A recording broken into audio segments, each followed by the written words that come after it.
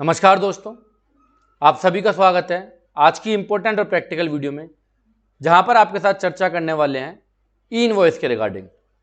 बिल्कुल आसान भाषा में, कोई कॉम्प्लिकेशन नहीं, बहुत सिंपल सी भाषा में हम बात करने वाले हैं कि जो नया नोटिफिकेशन आया है उसके अनुसार अब ई इनवॉइस की जो लिमिट है वो क्या हो गई है, टर्नओवर की लिमिट कितनी कर दी गई है, ये जो नई लिमिट है वो कब से एप्लीकेबल है, एग्रीगेट टर्नओवर के बारे में समझेंगे और साथ के साथ ई इनवॉइस क्या है, कैसे जनरेट करा जाता है, उसके बारे में भी सीखने वाले हैं। सो बहुत इंपॉर्टेंट वीडियो है अकाउंटेंट भाइयों के लिए जिनके ऊपर ई इनवॉइस एप्लीकेबल होता है। वैसे तो अब ऑलमोस्ट लगभग सभी फर्मों के ऊपर ई इनवॉइस एप्लीकेबल हो ही गया है और जिन पे नहीं हुआ है बहुत ही जल्दी एक और नया नोटिफिकेशन आ जाएगा और जो लिमिट अभी सेट है वो भी रिड्यूस हो जाएगी। ठीक है, ये पहले से भविष्यवाणी भी कर दे रहे हैं। ठीक है, तो फटाफट से समझते हैं ई इनवॉइस के बारे में। सो रिसेंटली 10 मई 2023 को 10 मई 2023 को एक नोटिफिकेशन आया है जिसके अनुसार जो अब लिमिट है वो 10 करोड़ रुपए की जगह कितनी कर दी गई है, 5 करोड़ कर दी गई है। अगर आपका टर्नओवर पिछले फाइनेंशियल ईयर का मतलब क्या है, जब से जीएसटी आया है, जीएसटी कब आया, 17-18, तो 17-18, 18-19, 19-20, 20-21, 21-22, 22-23, इनमें से किसी भी फाइनेंशियल ईयर में अगर आपका टर्नओवर 5 CR को अगर क्रॉस करा है, 5 करोड़ रुपए को क्रॉस करा है, तो ई इनवॉइस आपके ऊपर एप्लीकेबल है। कब से एप्लीकेबल है साहब, 1 अगस्त 2023 से। कब से एप्लीकेबल है, 1 अगस्त 2023 से आपके ऊपर एप्लीकेबल हो जाएगा। आपको इनवॉइस बनाना है अगर आपका टर्नओवर 17-18 या 18-19 या 19-20 या 20-21 या 22-23 में किसी भी फाइनेंशियल ईयर में अगर 5 CR को क्रॉस किया है। इसको एक बार और अच्छे से समझ लेते हैं। मान लो कि 17-18 के अंदर मेरा टर्नओवर 2 CR था, 18-19 में मेरा टर्नओवर 6 CR था, 19-20 में मेरा टर्नओवर 4 CR था, 20-21 में मेरा टर्नओवर 4.5 CR था और 21-22 में मेरा टर्नओवर 3.5 CR था एंड 22-23 में मेरा टर्नओवर केवल 3 CR था। तो क्या मेरे ऊपर ई इनवॉइस एप्लीकेबल होता है? तो उसका जवाब है यस। 1 अगस्त 2023 से आपको इनवॉइस बनाना है क्योंकि इन फाइनेंशियल ईयर में एक फाइनेंशियल ईयर ऐसा है जिसमें कि आपका टर्नओवर 5 CR को क्रॉस करा है, मतलब 6 करोड़ रुपए हुआ फाइनेंशियल 18-19 में, तो आपके ऊपर ई इनवॉइस एप्लीकेबल है। तो सबसे पहली बात तो ये समझ लो कि अगर जब से जीएसटी आया तब से लेके अभी तक किसी भी फाइनेंशियल ईयर में अगर आपका टर्नओवर 5 करोड़ रुपए को क्रॉस करता है तो आपके ऊपर ई इनवॉइस एप्लीकेबल है 1 अगस्त 2023 से। ई इनवॉइस की जर्नी बड़ी प्यारी है, धीरे धीरे इंजेक्शन दिया गया। पहले 500 करोड़ रुपए अगर जिसका टर्नओवर था 1 अक्टूबर 2020 से उनको ऊपर एप्लीकेबल हुआ था जिनका टर्नओवर 500 करोड़ से ज्यादा का था। फिर ये लिमिट 100 करोड़ हो गई, कम हो गई, फिर 50 हो गई, फिर 20 हो गई, फिर 10 हो गई।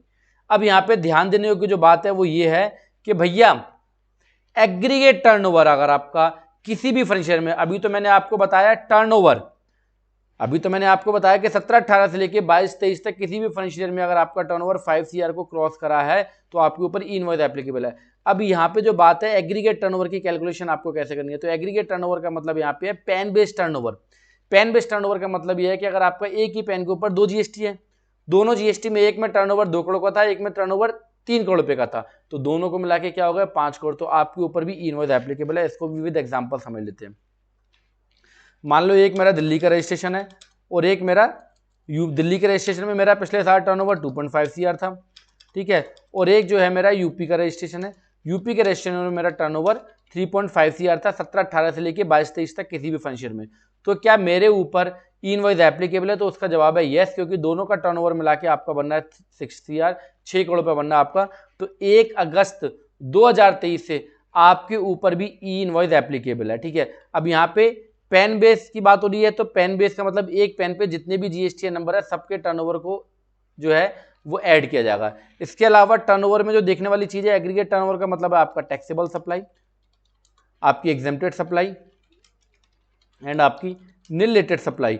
सभी तरीके की सप्लाई जो है वो आपकी कैलकुलेट की जाएंगी। ऐसा नहीं है कि केवल टैक्सेबल सप्लाई को कंसीडर करा जाएगा, सभी तरीके की सप्लाई आपने चाहे नील रिलेटेड करी हो, चाहे आपने एग्जेम्प्टेड करी हो, चाहे आपने टैक्सेबल सप्लाई की हो, सभी तरीके की सप्लाई को जो है वो इंक्लूड करा जाएगा आपके टर्नओवर को काउंट करने के लिए। तो यहाँ पे समझने वाली चीज थी वो दो थी कि भैया आपका टर्नओवर 17-18 से लेके 22-23 तक किसी भी फाइनेंशियल में अगर 5 करोड़ रुपए को क्रॉस किया है तो 1 अगस्त 2023 से आपके ऊपर ई इनवॉइस एप्लीकेबल है। एक ही पेन पे अगर आपके मल्टीपल जीएसटीएन है तो मल्टीपल जीएसटी को ऐड करा जाएगा टर्नओवर निकालने के लिए। चाहे आपने टैक्सेबल सप्लाई की हो, चाहे एग्जाम सप्लाई की हो, चाहे रिलेटेड, तीनों को ऐड करा जाएगा आपकी टर्नओवर की लिमिट को निकालने के लिए। तो ये थी सर इसकी बात। अब इसके अलावा बात करते हैं कि भैया ई इनवॉइस को कैसे जनरेट किया जाता है, ई इनवॉइस को कैसे बनाया जाता है। इनवॉइस क्या है? ई इनवॉइस बनाना कोई हुआ नहीं है। जैसे आप इनवॉइस को बनाते हो अभी तक टैली के अंदर, वैसे ही आपको इनवॉइस को बनाना है। बस टैली को जो है आपको एज जीएसपी रजिस्टर करना है ई वे बिल या ई इनवॉइस की वेबसाइट के ऊपर। तो उसका पूरा प्रोसेस समझने के लिए आप हमारे चैनल के ऊपर आ सकते हो टैलियम। यहाँ पे आपको सेक्शन मिलेगा प्लेलिस्ट पे, प्लेलिस्ट के सेक्शन पे आप क्लिक करोगे और यहाँ पे आपको एक ई इनवॉइस की सेपरेट प्लेलिस्ट मिल जाएगी, जो कि ये है।